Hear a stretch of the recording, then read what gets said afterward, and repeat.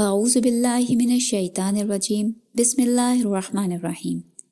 آج ہمارا سورہ جاثیہ کا لیسن ہے آیت نمبر 1 سے 11 تک۔ اس کی شروع کی آیات میں قرآن کو نازل کرنے والی ہستی کے اختیارات اور قدرت کی نشانیوں کی طرف اشارہ کیا گیا ہے، اور پھر آیت نمبر 7 سے 11 تک کلام اللہ کو جھٹلانے والوں اور اس کا مذاق اڑانے والوں کا دردناک انجام واضح کیا گیا ہے۔ تو آئیں اب آیات کے لفظ پہ لفظ ترجمے کی طرف چلتے ہیں۔ اس کی پہلی آیت ہے حامیم۔ یہ حروف مقطعات میں سے ہے، یعنی اس کو علیحدہ علیحدہ پڑھا جاتا ہے اور اس کا کوئی ترجمہ نہیں ہوتا۔ البتہ قرآن میں جہاں جہاں حروف مقطعات آئے ہیں ان کے فوراً بعد قرآن کے حوالے سے کوئی نہ کوئی انفارمیشن یا ڈیٹیل ہوتی ہے۔ جیسے یہاں پہ بھی اس کی اگلی آیت میں ہے تنزیل الکتاب من اللہ العزیز الحکیم۔ یہ کتاب اللہ کی طرف سے نازل ہوئی ہے جو نہایت غالب اور حکمت والا ہے۔ اِنَّ فِی السَّمَاوَاتِ وَالْأَرْضِ لَآیَاتٍ لِّلْمُؤْمِنِینَ، بے شک آسمانوں اور زمین میں ایمان والوں کے لیے بہت سی نشانیاں ہیں۔ یعنی آسمان میں جیسے ستارے ہیں، سورج کا نکلنا، اس کا غروب ہونا، چاند، موسم، ہواؤں کا چلنا، اور پودے، جانور، انسان، ہر چیز جو ہے آسمانوں اور زمین میں وہ اللہ تعالیٰ کی قدرت کی نشانی ہے، یعنی اللہ تعالیٰ کے اختیارات اس میں نظر آتے ہیں۔ تو لیکن ان لوگوں کو جو ایمان رکھتے ہیں۔ وَفِي خَلْقِكُمْ وَمَا يَبُثُّ مِن دَابَّةٍ آیَاتٌ لِقَوْمٍ یُؤْمِنُونَ، اور تمہاری اپنی تخلیق میں، یعنی انسانوں کے اپنے اندر جتنے آرگنز اور سسٹمز چل رہے ہیں، جیسے ڈائجسٹیو سسٹم ہے، نروس سسٹم ہے، بریدنگ سسٹم ہے، تو یہ سارا جو ہے اس میں بھی اللہ تعالیٰ کی قدرت کی نشانیاں ہیں۔ اور میڈیکل سائنس کی ترقی کے ساتھ ہمیں یہ چیزیں اور زیادہ واضح ہو رہی ہیں کہ انسان کے جسم کے آرگنز اور یہ سارا سسٹم کتنا کمپلیکس ہے، اور اس کو آرٹیفیشلی کریٹ کرنا بہت مشکل ہے۔ مثال کے طور پر ہمارے جسم کی اگر کوئی چیز خراب ہو جاتی ہے، یا مثال کے طور پر کوئی دانت میں درد ہے یا کوئی داڑھ وغیرہ خراب ہو جاتی ہے، تو اس کو جب ریپلیس کرنا پڑتا ہے تو کافی پینفل پروسیجر ہوتا ہے، یعنی اس میں آپ کو درد بھی بہت ہوتی ہے، اور پھر جو آرٹیفیشل چیز ہے وہ اتنی کارآمد نہیں ہوتی جتنی ہماری اللہ تعالیٰ نے ہمیں عطا کی ہے۔ تو اللہ تعالیٰ نے ہمیں یہ آنکھیں، یہ کان، دانت، ہر چیز، ایون ہماری کڈنیز وغیرہ جو ہیں وہ اتنی بڑی نعمتیں ہیں اور اتنی پرفیکٹ ہیں، اور بغیر کسی پیسوں کے فری میں اللہ تعالیٰ نے ہمیں دی ہوئی ہیں۔ اور پھر وَمَا يَبُثُّ مِن دَابَّةٍ، اور جانوروں کے پھیلنے میں، مثال کے طور پر دنیا میں مختلف قسم کے خطے ہیں، جیسے کوئی میدانی علاقہ ہے، کوئی صحرائی علاقہ ہے، کوئی برفانی علاقہ ہے، تو ہر قسم کے علاقے میں اس کی آب و ہوا کے مطابق اللہ تعالیٰ نے جانور پھیلائے ہوئے ہیں۔ یعنی مثال کے طور پر ایک ٹائیگر کو دیکھ لیں، جو برفانی علاقے کا ٹائیگر ہے وہ وائٹ کلر کا ہوتا ہے، اور جو میدانی علاقے کا ٹائیگر ہے وہ یلو اور اورنج کلر کا ہوگا۔ تو مطلب یہ ہے کہ ہر جگہ پہ اس کے علاقے کے مطابق اللہ تعالیٰ نے جانور جو ہیں وہ پیدا کیے اور پھیلا دیے، اور اس سب میں یقین والے لوگوں کے لیے، یعنی جو اللہ پر یقین رکھتے ہیں، ان کے لیے بہت سی نشانیاں ہیں۔ واختلاف اللیل والنہار، اور دن اور رات کے آنے جانے میں، یعنی ان کے بدل کر، جیسے دن کے بعد رات آتی ہے، دن کا جو روشنی ہے وہ ختم ہو جاتی ہے سورج غروب ہونے کے ساتھ، اور رات کا اندھیرا ہر طرف پھیل جاتا ہے، پھر رات ختم ہوتی ہے اور دن نکل آتا ہے۔ تو یہ ایک دوسرے کے پیچھے آتے جا رہے ہیں، اور ایک سسٹم جو ہے مسلسل چل رہا ہے جب سے دنیا بنی ہے۔ وَمَا أَنزَلَ اللَّهُ مِنَ السَّمَاءِ مِن رِزْقٍ، اور جو کچھ اللہ نے رزق آسمان سے نازل کیا۔ اب یہ جو رزق ہے نا، یہ صرف کھانے پینے کی چیزیں نہیں ہوتی، وہ بھی اس میں انکلوڈیڈ ہوتا ہے، لیکن رزق سے مراد ہوتا ہے اللہ تعالیٰ کی نعمتیں، اللہ تعالیٰ کی بلیسنگز۔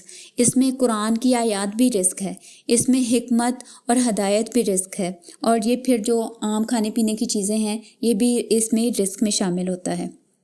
تو اللہ تعالیٰ نے جو کچھ آسمان سے نازل کیا، یعنی اب یہ آیات بھی آسمان سے نازل ہوتی ہیں نا، اللہ تعالیٰ نے جو قرآن نازل کیا آسمان سے نازل کیا، تو اسی طرح پانی اللہ تعالیٰ آسمان سے نازل کرتے ہیں، جس سے زمین میں سے پھر سبزیاں، پودے، اناج وغیرہ جو ہے وہ اگتا ہے، جس کو ہم کھاتے ہیں، اور اس کی بیسس پر ساری جو زندگی جو ہے اس کا انحصار ہوتا ہے۔ جیسے جو جانور ہیں وہ سبزہ اور چارہ گھاس وغیرہ کھاتے ہیں، انسان جو ہے وہ پھل سبزیاں اور اس طرح کے اناج وغیرہ کی چیزیں کھاتے ہیں، اور اس سے وہ زندہ رہتے ہیں۔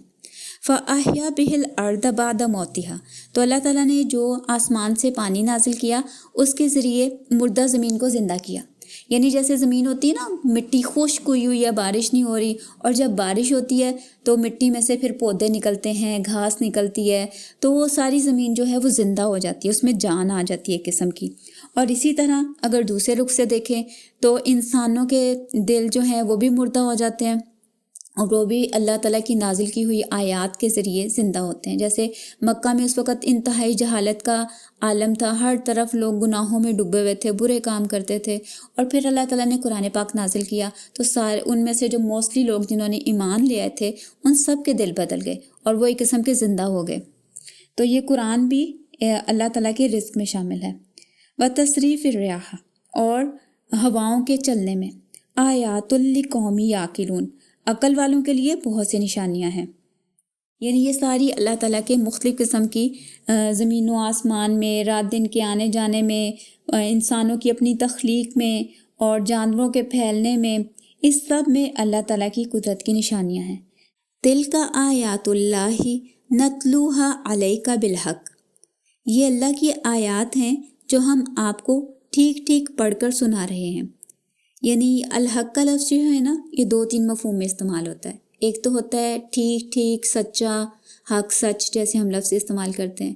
اسی طرح حقوق و فرائض کے لیے بھی لفظ آتا ہے، جیسے کسی پر آپ کا کوئی حق ہو نا، کوئی رائٹ ہو، اور آپ اس کو حق کے تحت کوئی بات بتا رہے ہیں، سمجھا رہے ہیں، اس مفہوم میں بھی آتا ہے۔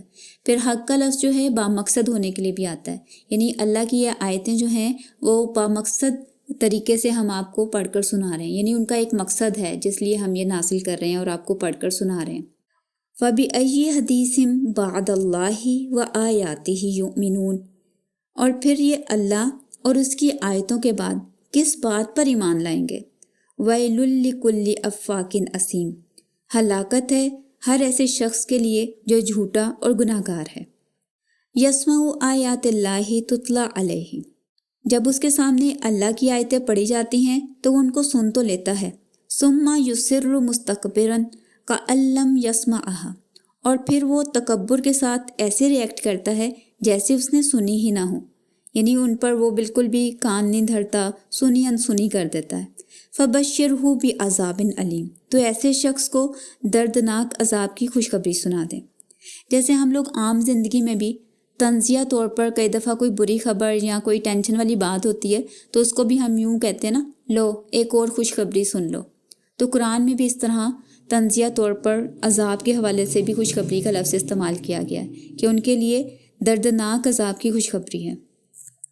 وَإِذَا عَلِمَ مِنْ آيَاتِنَا شَيْئًا، جب اس کے پاس ہماری آیتوں میں سے کوئی بات آتی ہے، یعنی اسے کسی بات کا پتہ چلتا ہے ہماری آیتوں میں سے، اتخذها ہزوا، تو وہ اس کو مذاق میں اڑا دیتا ہے، یعنی اس کا ہنسی اڑاتا ہے، اس کا مذاق بنا لیتا ہے۔